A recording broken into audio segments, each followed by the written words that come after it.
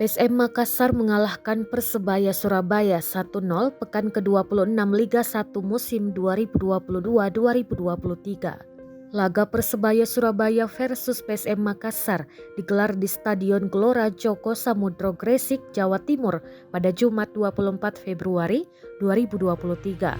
Gol bunuh diri Alwi Slamet menit 70 memastikan kemenangan PSM Makassar. Padahal Persebaya mendominasi penguasaan bola dari PSM Makassar 72% berbanding 28%. Dari tembakan, Persebaya catat 15 tembakan, 2 tepat sasaran.